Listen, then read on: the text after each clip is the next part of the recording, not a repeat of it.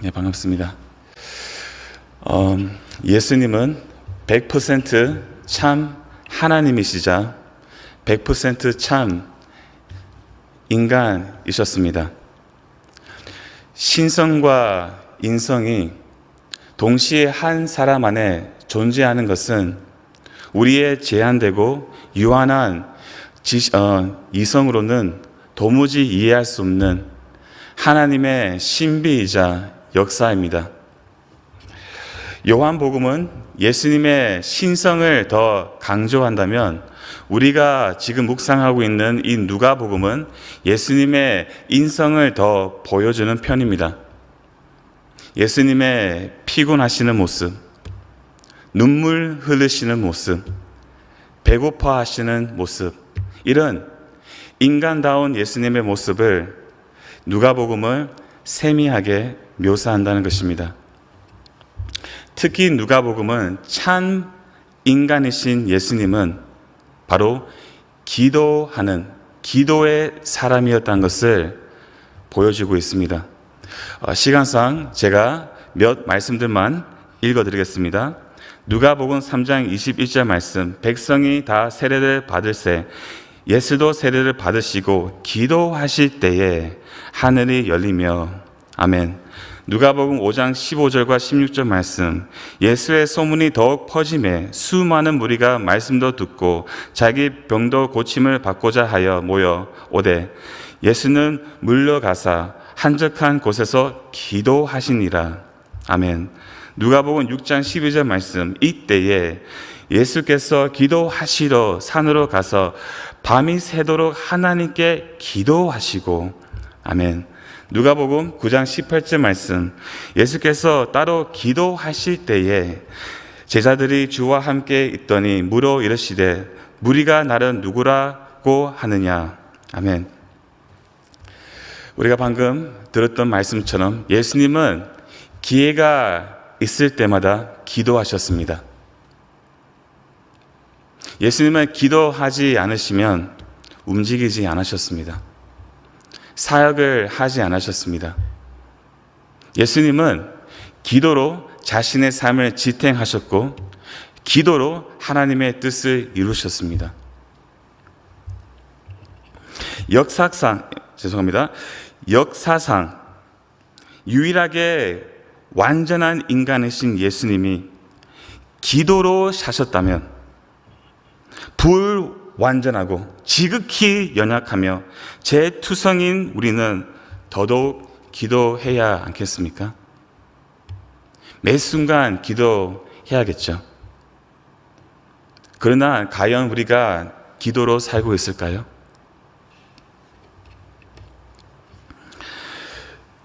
기도하지 않고 산다면 여전히 내 힘으로 산다는 것입니다.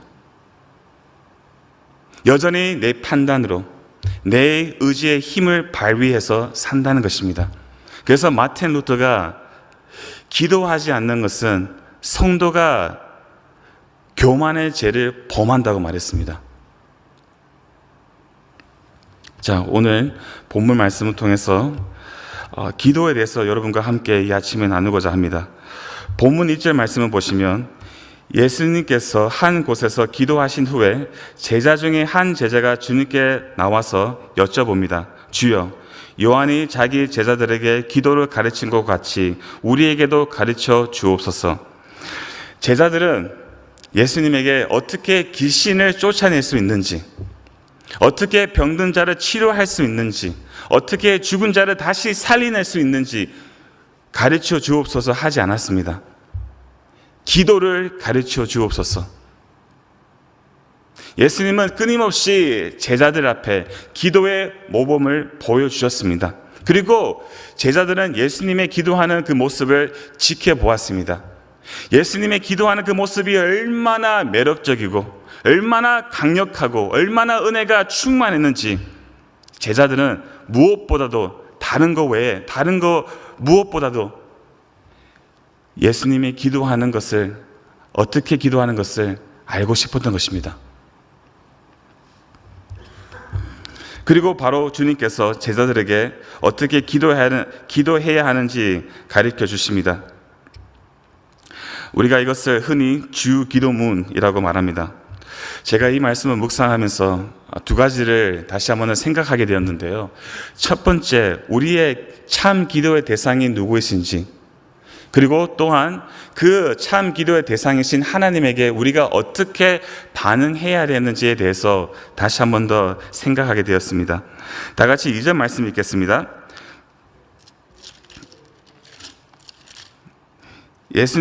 예수께서 이르시되 너희는 기도할 때에 이렇게 하라. 아버지여, 이름이 거룩히 여김을 받으시오며 나라가 임하시오며. 아멘. 아버지여. 다 끝났습니다. 이 한마디에 끝났습니다. 아버지여.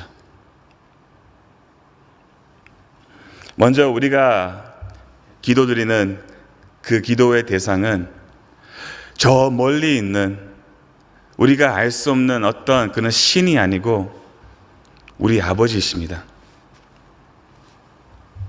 정말 놀라운 사실입니다. 천지를 창조하신 창조주 하나님이 바로 여러분과 저의 아버지라는 사실이십니다. 너무나 친밀하고 따뜻하고 은혜스럽지 않습니까? 하나님이 나의 아버지이시다. 잠깐 저의 이야기를 한다면, 저는 예수님을 인격적으로 만나고 난 후에도 하나님을 아버지로 부르지 못했어요. 제가 그것을 생각해 보니까 저는 이제 저의 육신의 아버지가 어렸을 때부터 계시지 않았기 때문에 저는 엄마 밑에 자랐거든요. 그래서 이 아버지라는 존재가 저에게는 익숙하지 않았습니다. 그런데 예수님을 믿고 어느 날 기도하고 있는 가운데 성령님께서 제 마음 안에 감동을 주시고 정말 하나님이 나의 아버지라는 사실을 알게 해주셨는데, 그때 펑펑 울었던 기억이 있습니다. 하늘에 계신 하나님이 우리의 아버지이십니다. 우리의 아버지로서 하나님은 우리를 사랑하십니다. 우리와 함께 하십니다. 우리를 돌보십니다. 우리를 지켜주십니다. 그렇기 때문에 우리는 하늘에 계신 우리 아버지를 어떻게 할 수 있습니까? 전적으로 신뢰할 수 있다는 것입니다. 다른 사람은 신뢰하지 못해도 우리는 하늘에 계신 아버지를 전적으로 신뢰할 수 있습니다. 신뢰할 수 있다는 것은 나를 하나님께 맡겨드릴 수 있다는 것입니다. 의심 없이, 주저없이 우리 자신을 하나님께 맡겨드릴 수 있습니다. 왜냐하면 아버지는 우리가 필요한 것이 무엇인지 우리 자신보다 더 잘 알고 계시기 때문입니다. 그리고 아버지는 우리에게 좋은 것만 주십니다. 또한 우리는 실패하고 때로는 죄를 짓고 때로는 하나님께 멀리 가지만 하나님은 끝까지 우리를 포기하지 않으시고 아버지로서 모든 것을 합력하여 반드시 선은 이루십니다. 자, 두 번째, 이름이 거룩히 여김을 받으시오며. 하나님은 우리와 너무나 가까이 계시는 우리의 아버지이시지만 동시에 거룩하십니다. 이것이 중요합니다. 하나님께서 거룩하시다는 말은 하나님과 비교할 수 없는, 하나님은 모든 피조물보다 위에 계시고 초월하신 분이시다는 뜻입니다. The otherness of God. 하나님은 모든 피조물과 완전히 다르시고 구별되어 계십니다. 중요한 말입니다.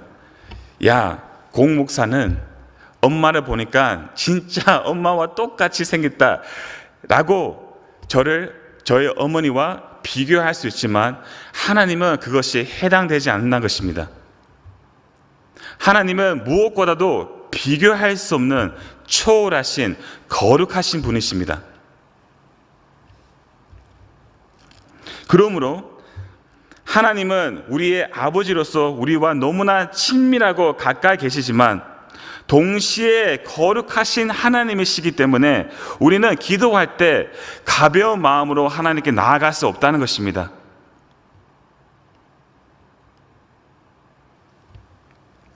함부로 말할 수 없다는 것입니다. Choose your words carefully 이런 뜻이 있어요. 함부로 말할 수 없어요. 기도할 때는 그 거룩하신 하나님 앞에 우리는 무거운 마음으로 진지하게 진실하게 기도 드려야 됩니다.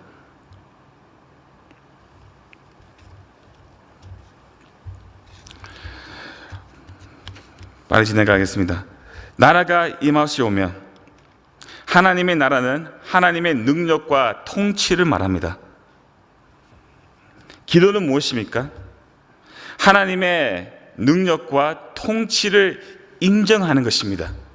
그리고 기도는 무엇이냐? 그 하나님의 그 능력과 통치 앞에 나를 황복하는 것입니다.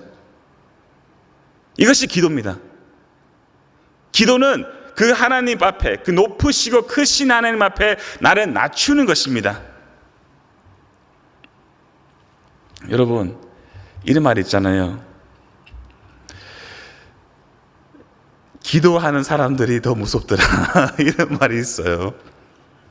저로 몇 사람 만나보았는데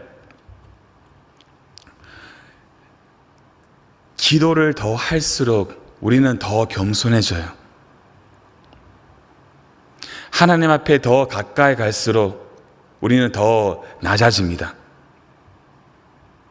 만약에 기도하는 사람인데 내가 더 교만해진다면 그것은 잘못된 것입니다. 기도는 하나님 앞에서 나를 낮추는 것입니다. 나는 피조물이다. 나는 죄인이다. 철저히 나를 낮추고 하나님을 높이는 것입니다. 또한 하나님의 나라에 임하면 이 뜻이 뭐냐면 우리의 나라는 이 세상이 아니라는 것입니다. 우리의 나라는 이 썩어지고 없어지는 나라가 아니고 영원한 하나님의 나라입니다. 그렇기 때문에 이 세상, 이 나라에서 더 성공하고 더 잘 먹고 잘 살기 위해 기도하는 것은 여러분 굉장히 웃긴 것입니다. 모순입니다. 우리는 이 나라에 속한 사람들이 아닙니다. 영원한 하나님의 나라, 썩어지지 않고 없어지지 않는 그 나라에 속한 사람들입니다. 그 영원한 것, 보이지 않는 그 영원한 하나님의 나라로 바라보고 살고 반응하는 것이 바로 믿음입니다. 자, 이제 그렇다면 우리의 기도의 대상이신 하나님께 우리가 어떻게 반응해야 될까요? 먼저 자기 부인의 기도를 해야 됩니다. 여러분 혹시 자기 부인의 기도를 하고 계십니까? 주님 오늘도 내 자신을 부인할 수 있도록 나를 십자가에서 죽이고 진짜 그리스도를 바라보고 살 수 있도록 기도하시고 계십니까? 굉장히 중요한 기도입니다. 여러분 보십시오. 3절 말씀 보면 우리에게 날마다 일용할 양식을 주시옵고 우리는 만족되지 않는 존재입니다. 끊어지지 않는 욕심이 우리 안에 있습니다. 그렇기 때문에 일용할 양식을 주시옵소서 이 기도는 굉장히 어렵습니다. 왜 그럴까요? 우리는 오늘의 양식뿐만 아니라 내일의 양식, 그 다음 날의 양식, 평생의 양식을 원하는 욕심이 가득 차 있는 죄인이기 때문입니다. 그러나 no, 하나님 내일은 상관없습니다. 오늘의 양식만 주옵소서. 이것은 철저히 자기 부인이 필요합니다. 무슨 말입니까? 오늘 이날 주님께서 주신 이 날은 주님으로만 내가 만족하겠습니다 뜻입니다. 주어진 것으로만 내가 만족하고 감사하겠습니다 라는 뜻입니다. 근데 이것은 우리의 본성과 완전히 거스린다는 것입니다. 안 되는 거예요. 자기 부인이 필요합니다. 스펄전 목사님이 이런 고백했어요. 제가 항상 이 고백을 기억합니다. 나는 이제 나의 모든 기도를 이 한 기도에 집중합니다. 그 기도는 무엇이냐? 나를 부인하고 나를 주님께 온전히 드리는 기도입니다. 와우! 나는 나의 모든 기도를 이 한 기도에 집중하는데 그 기도는 무엇입니까? 나를 부인하고 나를 온전히 주님께 드리는 것입니다. 그렇습니다. 여러분, 오늘의 양식으로 만족하지 않으면 내일 것을 생각하고 또 다음 날 것을 생각하면 하나님께 나를 온전히 드릴 수가 없어요.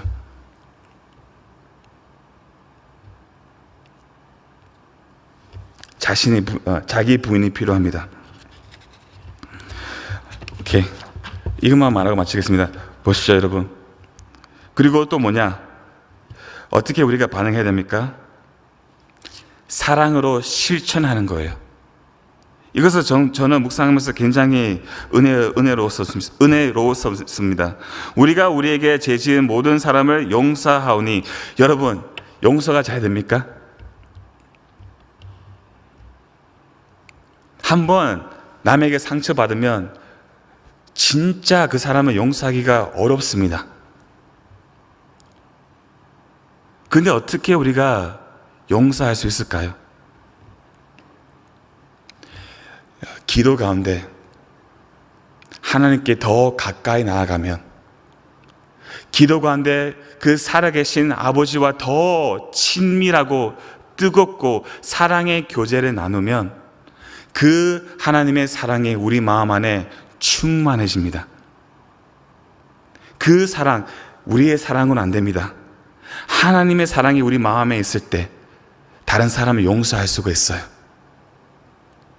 그러나 지금도 내가 용서를 베푸지 못하고, 지금도 어떤 사람은 미워하고, 지금도 이렇게 살고 있다면 하나님과 멀리 있다는 증거입니다. 증거예요. 만약에 내가 기도 가운데 하나님과 더 가까이 있다면 우리는 그 하나님의 사랑에 힘을 입어 다른 사람을 용서할 수 있다는 것입니다. 그리고 마지막으로 무엇입니까? 우리 죄도 사하여 주시옵고 회개의 삶입니다. 여러분, 물고기가 물에 있는 것을 모르는 것처럼 인간도 자기가 죄인인지 모릅니다. 욥이 말한 것처럼 우리는 죄를 물처럼 덜어 마십니다. 내가 죄인인지 모릅니다. 그러나 기도로 거룩하신 하나님 앞에 더 가까이 갈수록 어떻게 됩니까? 내 안에 있는 죄들이 폭로당합니다. 죄가 보이는 거예요. 하나님께 더 가까이 나갈수록. 그렇기 때문에 기도하는 자는 회개할 수밖에 없게 됩니다. 회개의 삶을 살게 됩니다. 그리고 그 회개 가운데 나 같은 죄인을 위해서 죽으신 예수 그리스도 그 놀라운 십자가의 은혜와 용서를 바라보게 되고, 거기에서 감격하고 감사함으로 살 수 있는 것입니다. 이것이 성도의 삶입니다. 더 깊이 나의 죄됨을 깨닫고 더 깊이 하나님의 사랑을 경험하는 것이 성도의 삶입니다.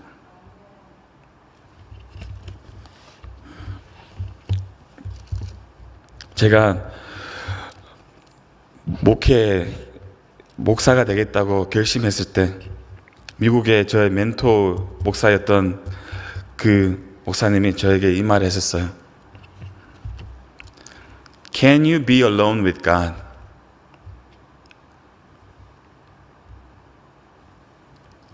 너는 하나님과 단둘이 있을 수 있냐? 그러지 못하면 목회하지 말랬어, 전태.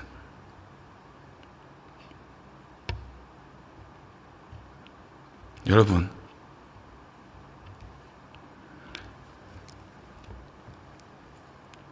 굉장히 중요합니다. 하나님과 단둘이 있는 것, 기도 가운데 하나님과 교제를 나누는 것, 더 하나님을 알아가는 것, 내 자신을 더 알아가는 것,